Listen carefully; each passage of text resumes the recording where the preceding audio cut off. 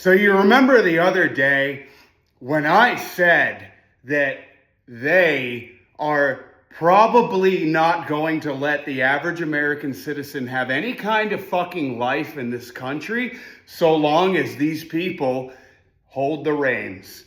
I think that's specifically what I said. I said that for the average American citizen, never mind the white male Gentile man that I go on about. Never mind that. All racial stuff aside, all party lines aside, I essentially outlined that these animals are likely not going to let any of us have any kind of life in this country unless you are a star useful idiot, you're an inventor that managed to not get killed out of their own invention, you're a doctor that is a very good doctor, or you're an engineer that is indispensable and you have made yourself indispensable, likely because you made an invention, or you're someone who hit the lottery, or you're someone who inherited money, or you're in a very highly skilled trade, because even that's getting chipped away at. I basically said, unless you are one of those things, you are likely fucked right now, financially. The cost of groceries, the cost of gas, the cost of this, etc. And I basically said that these people, this mob that controls big finance, big government, big tech, big pharma, big education, I said that these people are likely not going to let you have any kind of life in this country. And that is becoming more and more apparent. It's becoming more and more apparent faster than I could even explain it. Because I went online today and now I see, Dan Crenshaw running his fat mouth.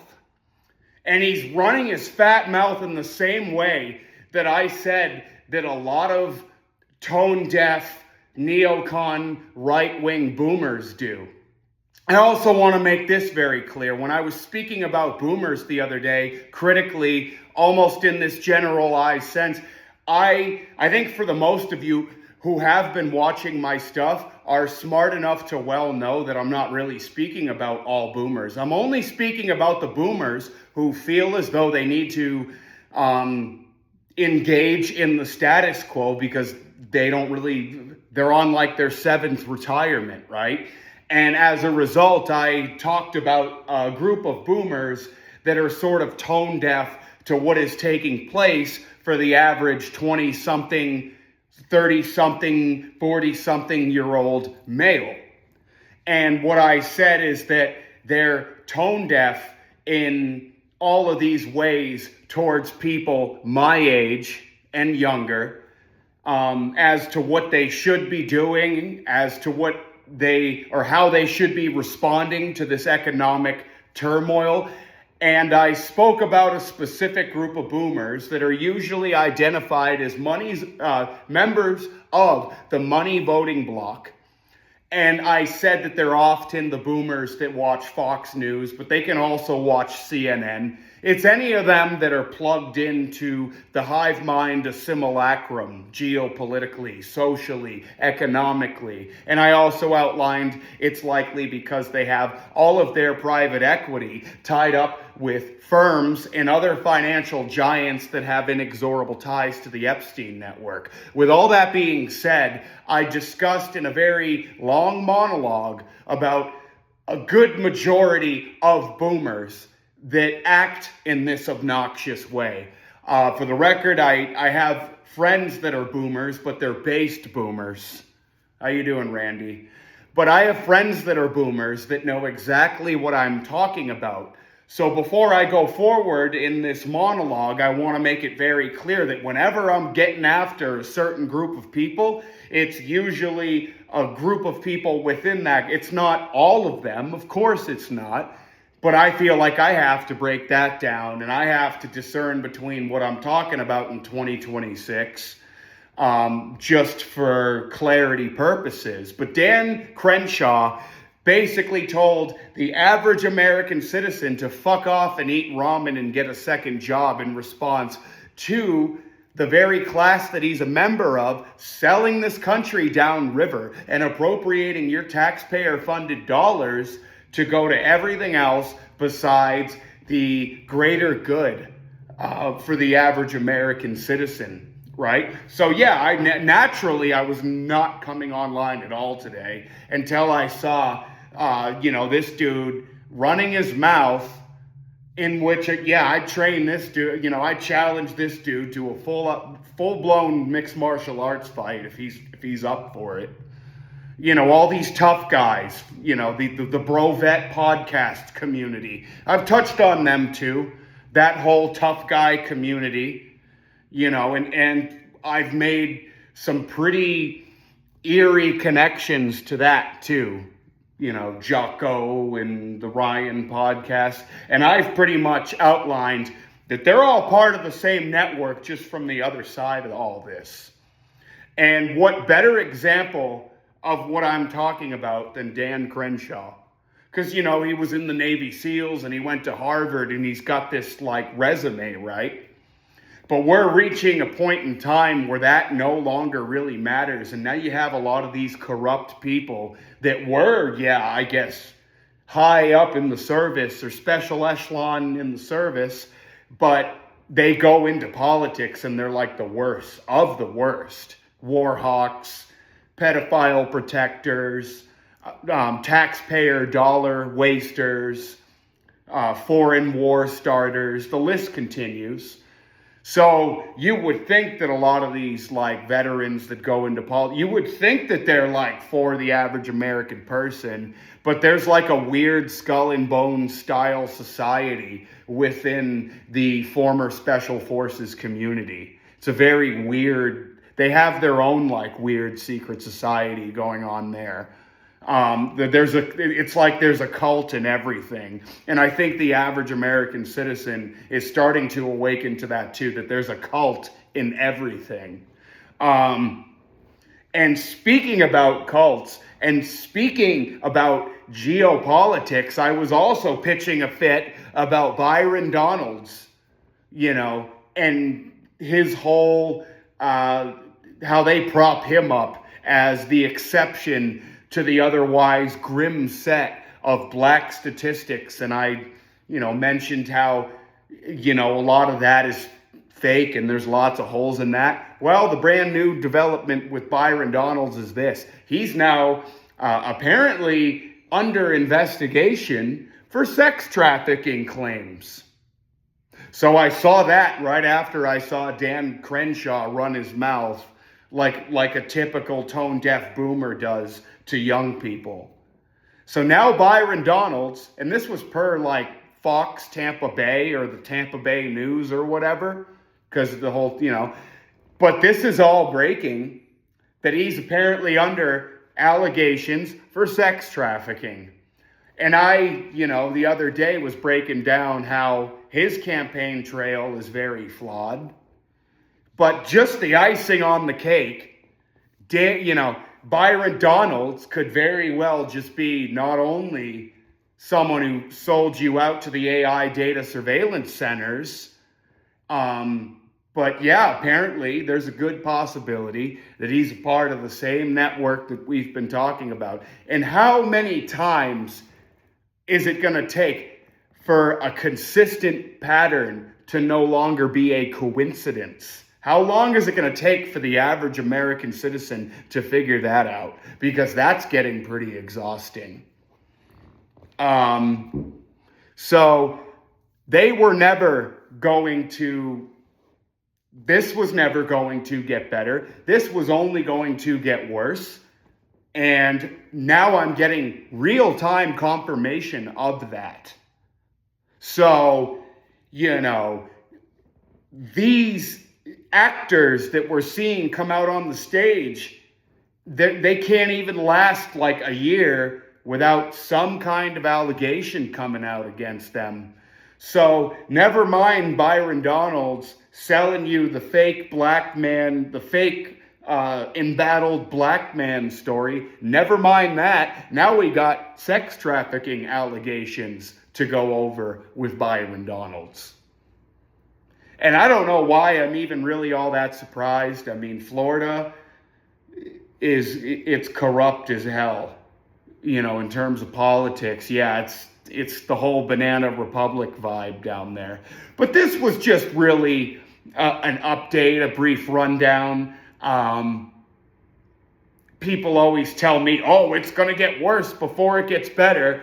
I don't think it's ever actually going to get better. I just think it's only going to get worse because this is intentional, this is engineered, this is orchestrated, and it's coming to a boiling point in which the average American citizen doesn't need a PhD to establish the fact that this is a uniparty, whether it be right-wing or left-wing, and, 20 plus years of programming in Western society is coming apart like we have never fucking seen before. And if they're willing to lie to you about the safety and efficaciousness of a vaccine, just imagine how much they lied to you about American history. And I've only begun to tap the tip of the iceberg in what that looks like. I haven't even gotten into Jackal Island or the whole Titanic thing, but I think American citizens are in for a very rude awakening to what is taking place.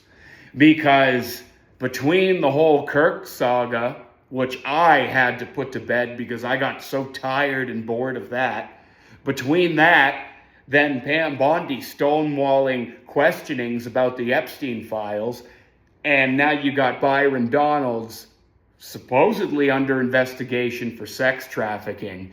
Well, Dan Crenshaw talks like an obnoxious tone-deaf boomer and tells you to eat ramen noodles and get a second job and stop complaining, and you need to be a real American and stop whining.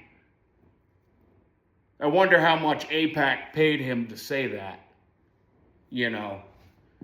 I cannot stand this whole quit your whining. Yeah, our lives are only on the line here. Our country's national sovereignty is only on the line here. And these boomers and faggots like Dan Crenshaw have the fucking chutzpah, the nerve, the gall to tell you to stop whining and to go eat ramen noodles. For the record, peanut butter is my apocalypse diet choice. Since we're on the topic, when I'm on my poor man's budget, whenever I need to feel like I need to rough it for the greater good of my savings, I eat peanut butter, for the record. But this dude's telling you to go eat ramen, which is disgusting. It's worse than probably an MRE. But with all that being said, I'd be very glad, any of these fake tough guy people that talk a big game, especially Pete Hegseth. We just saw him struggle to rep 135. And now the fitness department within the military is trying to backpedal and say, that was just a drop set from a heavier set. And they're trying so hard, they're falling over themselves, trying to cover for all these, they're trying to cover for the fact that our military is a laughingstock and a disaster. And that was all by design too. That was all intentional too. And I have friends who are veterans that couldn't agree more with everything that I'm saying right now. So don't even think for a fucking second that I haven't had my hand on the pulse with that whole thing. And I could not be more glad that I never actually got into the military. Boy, did I dodge a bullet, no fucking pun intended. Really. To think that I was gonna fucking go fight on the behalf of the Rothschild banking cabal and Big Pharma and Big Oil and the Zionist cult that controls and blackmails our politicians to the point in which average American citizens got to create their own soapbox commentary to circumvent the trash that comes across my screen in the morning. It is just fucking repulsive, I just must say. But before I get too animated, I suppose I will let myself out, and I will be back in the not so distant future. So Byron Donalds is under investigation, very likely under investigation for sex trafficking. Dan Crenshaw runs his mouth like your obnoxious boomer family members that have no fucking idea what it was like to be born at the time that we were all born in. And this is to remind you that as long as these people are in charge, they're not going to let you have any kind of life in this country. And they are only planning on turning up the fucking dial on us. Because right now, what they're doing, this is just child's play in comparison to what they have in store for us next. Because these people, do you really think that, you know, they're going to be told, no, these people are entitled, these people have connections, these people got bottomless pockets, you know?